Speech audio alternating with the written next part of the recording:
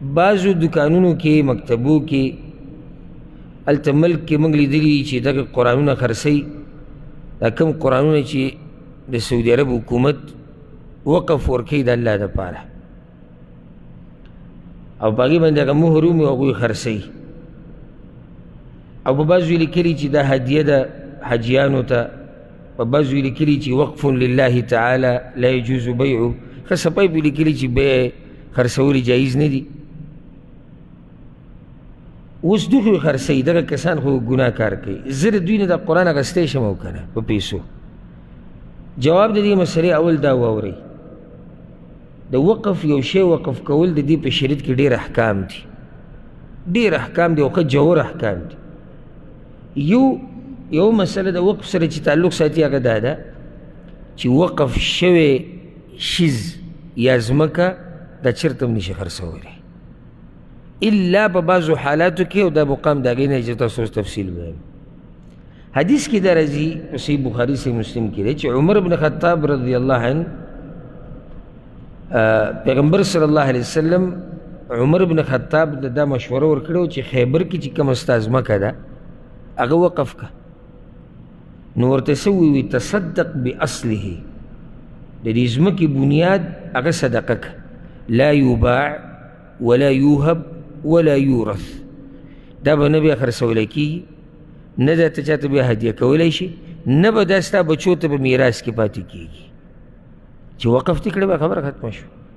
یو شی دې وقف وکړي ځمکه تا وقف کړئ دا الله دپاره بیا وروسته خرڅې او یو سړي ته به حیا نه ورځي چې یو شی د الله په نوم ورکړي بیا بس واپس کړي چې ته انسان له څه شی ورکړي انسان له او حدیث کې دا راځي چې کوم سړی چاله هدیه تحفه ورکړي او بیا پکې واپس کېږي لکه سپی چې الټۍ وکړي او بیا پکې جبه وایي نو چې د الله په نوم ته یو شی وقف کړي بیا واپس کېږي خرڅې یا چاته هدیه کې یا بچو ته په میراث کې ورکې دا ناروا دي ناول خو دې مسله باندې موږ پوه شو چې وقف خرڅول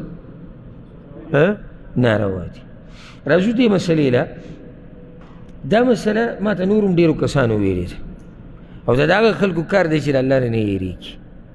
یعنې زه کله نه کله حیران شم د بعضو خلکو ته دومره جرأت پکې که نه د الله د نافرمانۍ دومره جرأت چې سړی ورته حیران شي چېرې شیطان دا سړی ښه په سر یې راغستی دی یعنې یو شی او بیا قرآن عام شی هم نه دی قرآن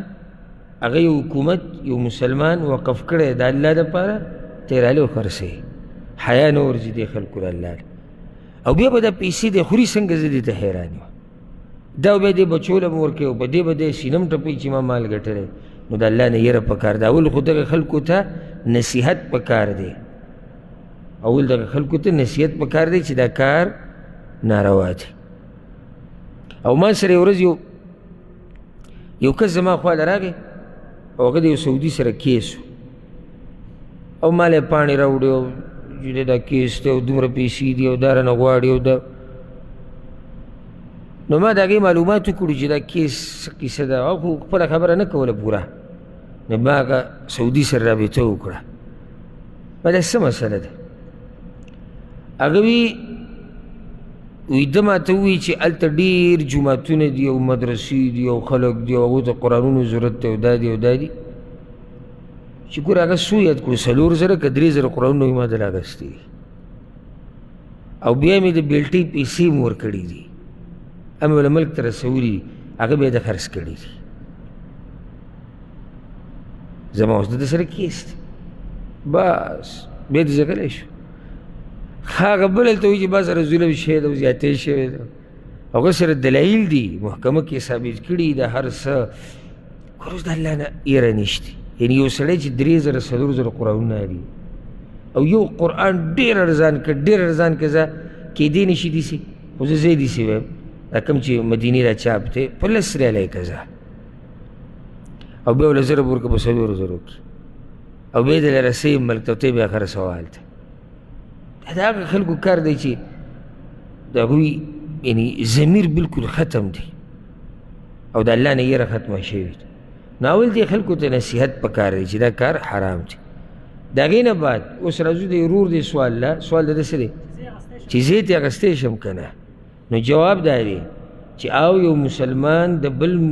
کس نه بل مسلمان نه هغه شی اخیستی شي د ته پته وي دا وقف او دا اخیستی دی خرڅوي په دې نیت باندې ګور نیت به صحیح نیت به دی چې دا وقف د ده د لاس نه راخلاص کړي بیا به دې وقف ته کته غواړي که چېرته دا قرآن هغه وقف کړی دی دپاره چې مسلمانان پکې تلاوت کوي یو کس له ورکړه نو دی پکې تلاوت ته کړي ځان له ترې فایده دی خو بیا یې دی خرڅولی نه شي ګورئ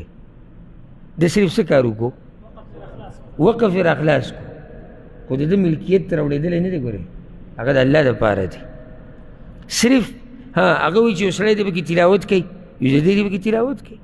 او که چېرته هغه وقف کړی په جومات باندې نو څه به کوي بیا د هغه نه دې والي او واپس دې جومات ته ورسوي او که چېرته یو خاص جومات باندې وقف کړی لکه اوس مسجد حرام باندې وقف مکه مدینه کې او دې هغې ته را رسېدی نه شي نو بیا څنګه ځي باندې چې هغه وقف کړی هغې ته نږدې ځای به وګوري هلته به یې ورکړي نو هغې ته نږدې نور جوماتونه دي او په دې به الله اجر ورکوي پوه شوې په دې مسله کې دې ځای کې یو اهمه مسله چې تنبیه ورته ورکوم هغه ده چې بعض زمونږ د ملګري ورونه دا تپوس کوي چې زه ځان جومات نه ځان له قرآن وړم نه نشي وړېدلی جومات نه ځان له قرآن